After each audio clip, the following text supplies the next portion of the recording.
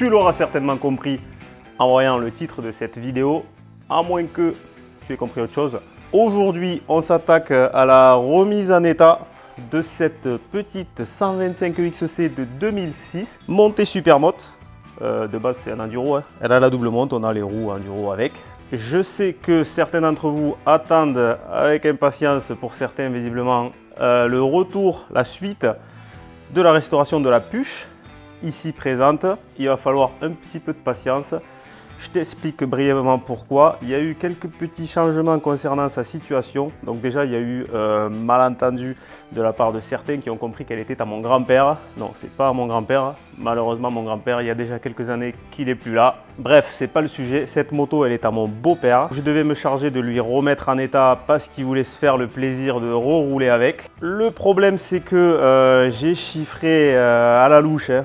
Le budget juste pour la remettre en route, on ne parle même pas du budget restauration là. Budget qui a considérablement grossi à cause de ce problème de vilebrequin dont j'avais déjà parlé aussi, qu'il faut que j'envoie en Autriche pour faire refaire, et il y en a pour 500 balles déjà rien que pour ça. Donc il ne veut pas investir autant d'argent pour en faire une ou deux fois histoire de se faire plaisir.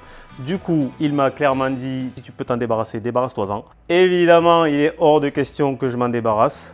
Cette moto, elle a des papiers, elle est complète. J'ai déjà attaqué du coup le démontage, etc. Donc je compte bien la finir. Du coup, il me l'a donné. C'est pour ça qu'il va falloir être un petit peu patient pour la suite, parce que du coup, le budget, c'est moi qui dois le mettre. Je compte sur la vente du gaz-gaz que tu vois pas là pour financer la restauration de celle-là. Elle est déjà peut-être vendue, mais tant que j'ai pas l'argent sur le compte, tu comprends bien que je vais pas m'avancer.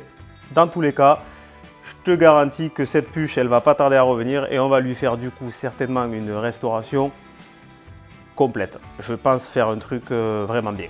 Bien sûr, dès qu'elle sera totalement finie, je me ferai un plaisir, sans lui dire, de lui amener et il refera un tour avec. Aujourd'hui, celle qui nous intéresse, c'est celle-là. Donc dans la petite présentation que je t'avais faite, je t'ai expliqué que cette moto, elle appartient à un pote à moi. C'est celui pour qui j'ai fait la restauration du Piwi. Il a acheté ça pour un prix, en gros, il a payé le prix que valent les deux jantes neuves, en sachant que c'est des jantes Excel. Au départ, quand on a vu la moto sur l'annonce, les jantes étaient tellement pourries qu'on s'est dit, c'est quoi ces jantes? Ça doit être des trucs de merde chinoises, elles sont décolorées, délavées. En fait, non. J'ai juste mis un petit coup de chiffon dessus. En dessous, elles sont neuves et elles sont gravées Excel devant, derrière. Donc déjà ça vaut un petit billet. Ce qui va donc lui permettre de dégager un budget plutôt confortable pour faire une rénovation de cette machine. Je te fais brièvement, comme on fait d'habitude, un petit tour du propriétaire. On va faire le point sur ce qu'il y a à faire. Dans tous les cas, ce qui est certain, c'est qu'on va lui faire une réfection moteur, du moins au minimum réfection au moteur, en sachant que la moto, elle a 130 heures au compteur. Le piston, il n'y a aucune trace de remplacement, donc il est certainement d'origine, en tout cas probablement d'origine. On va contrôler évidemment le cylindre, le jeu éventuel dans la bielle, ouvrir les carters des deux côtés pour contrôler le jeu dans les roulements de vélo. De toute façon, de l'autre côté, il y a une conséquente, on va dire, fuite d'huile par a priori le carter d'embrayage. On va faire une réfection du carbu, virer ces autocollants à service dégueulasses. Le kit chaîne m'a l'air plutôt en bon état. Par contre, on constate qu'ici, il manque une vis. Évidemment, les couvre-rayons dégueulasses, ça dégage. À l'avant, c'est sur le disque qui manque aussi une vis. Celle-là a été remplacée, visiblement, c'est pas la même que les autres. Ici, il manque les deux protections de fourche, ce qui fait que la durite n'est pas fixée et elle vient toucher le pneu. Ça, autant te dire que c'est plus que moyen.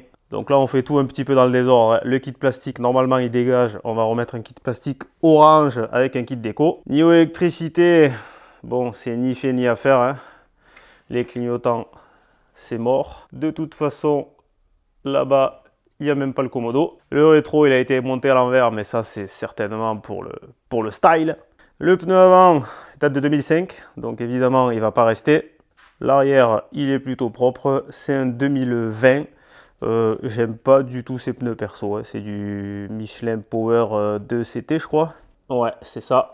Donc à voir avec lui, mais à mon avis, comme il est propre, il va garder ce pneu et on mettra le même à l'avant du coup. La béquille, il n'y a plus de ressort, il n'y a plus rien. Elle fait un peu sa vie. Le frein arrière est inexistant. Donc ça, d'après un diagnostic fait par un mécano, il y a carrément le mètre-cylindre à remplacer. Dans un premier temps, bien sûr, je vais quand même essayer de faire une purge. Si ça ne fonctionne pas, le kit réfection mètre-cylindre est dispo, j'ai vu, sur Esprit KTM. Donc dans l'ensemble de ce que j'ai vu là, en faisant rapidement le tour, moto quand même plutôt saine. Pourquoi il l'a pas payé cher? Ben, parce que du coup elle a été quand même abandonnée, on va dire, depuis 2-3 ans, stockée dans un box, ce qui explique quand même la poussière qu'il y a dessus. Et puis il y a eu zéro entretien de fait dessus. Le gars il sait même pas, lui il l'a acheté, il s'en est jamais servi, il l'a laissé dans un box. Donc bon, tu peux pas acheter une moto dont tu ne connais absolument pas l'historique au prix du marché, quoi. Donc il l'a plutôt bien négocié pour moi, même s'il y a tout à refaire dessus niveau moteur, et puis bon, le reste il n'y a pas l'air d'y avoir non plus. Il s'en sortira quand même bien. Quand tu vois le prix que vaut ces modèles là sur le marché aujourd'hui, c'est un délire. Bon, je dis ça, hein, mais j'en suis bien content aussi, puisque c'est un petit peu le même phénomène.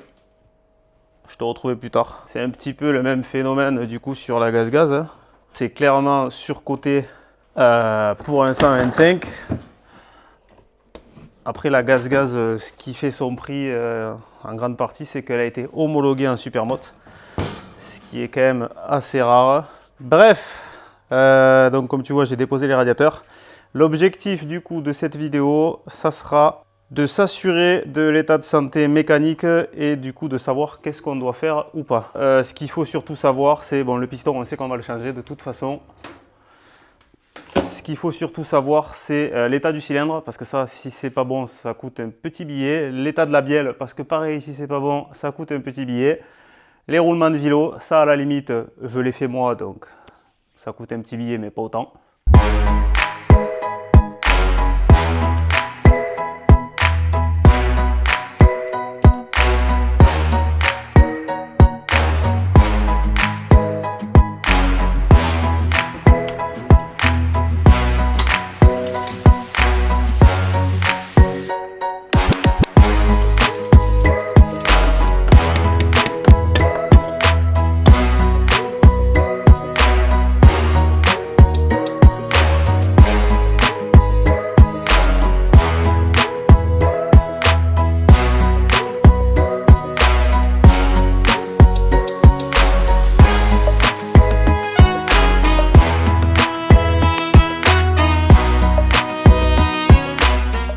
Déjà, ce qui est sûr, c'est que la bielle a déjà été remplacée, puisque c'est une Wiseco, je sais pas comment on dit. Le piston, ma foi, bah, il a été forcément changé aussi. De toute façon, ça se voit vu comment ils l'ont un peu matraqué pour mettre le clips. Et bon, il a tourné, On va pas dire qu'il était massacré, mais donc pour moi, il n'y a pas de jeu dans la bielle. C'est déjà un bon point. Ça, c'est propre, pas de traces de fuite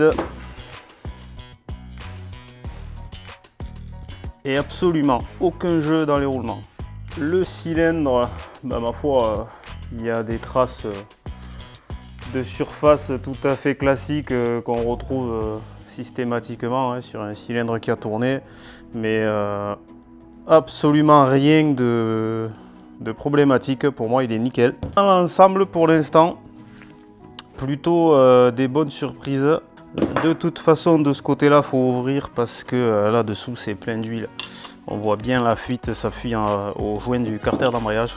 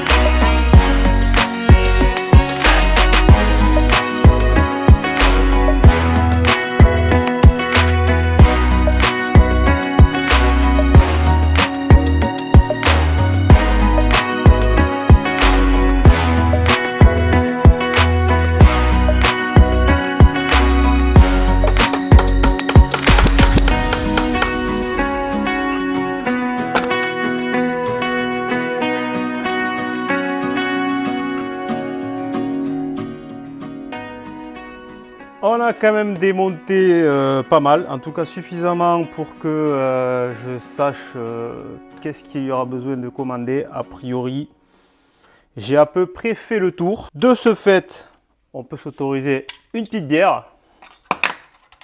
Les clapets, franchement, c'est très propre. Le carbu, comme tu as vu, bon, il y avait une ou deux vis un petit peu récalcitrantes.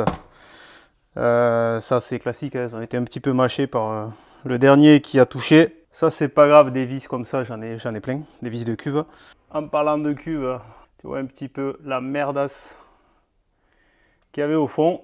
Pour ça, je pense qu'on va se faire un kiff, on va se faire un petit kiff. On va passer tout le carbu dans mon joli tout neuf appareil à ultrasons. Je pense que je vais y jeter dedans la culasse, peut-être le cylindre, enfin toutes les pièces. On va voir si ça donne un résultat nickel ou pas. J'ai plusieurs produits à tester. Je vais pas te faire un test review, j'essaye tel bac à ultrasons, j'essaye tel produit, tout ça. Il y en a 200 000 sur YouTube, c'est pas du tout mon intérêt. Moi, je veux juste voir si ça me permet d'avoir des pièces plus propres que d'habitude quand je les nettoie à la main. Ce qui est sûr, c'est que pour le carbu, ça devrait servir, puisque là, ben, évidemment, tout ce qui est conduit et tout ça, on peut pas les nettoyer à la main. Donc, c'est l'intérêt principal du bac à ultrasons. Après, si je peux y jeter toutes les pièces dedans et que ça me sort un moteur nickel, la bonne nouvelle du jour, le gaz-gaz est vendu. Bon, là il est encore là, mais on m'a versé un acompte, donc il est a priori officiellement vendu. Ce qui veut dire que je vais pouvoir utiliser la marge que je vais me dégager sur la vente pour commander toutes les pièces pour la puce. Donc elle va revenir très vite. Je m'occupe déjà de commander toutes les pièces pour celle-là. Déjà celle-là, c'est pas moi qui les paye, donc c'est moins douloureux. On se retrouve donc très vite pour un prochain épisode mécanique, soit sur celle-là, soit sur celle-là, soit sur une autre, j'en sais rien. Allez, adieu!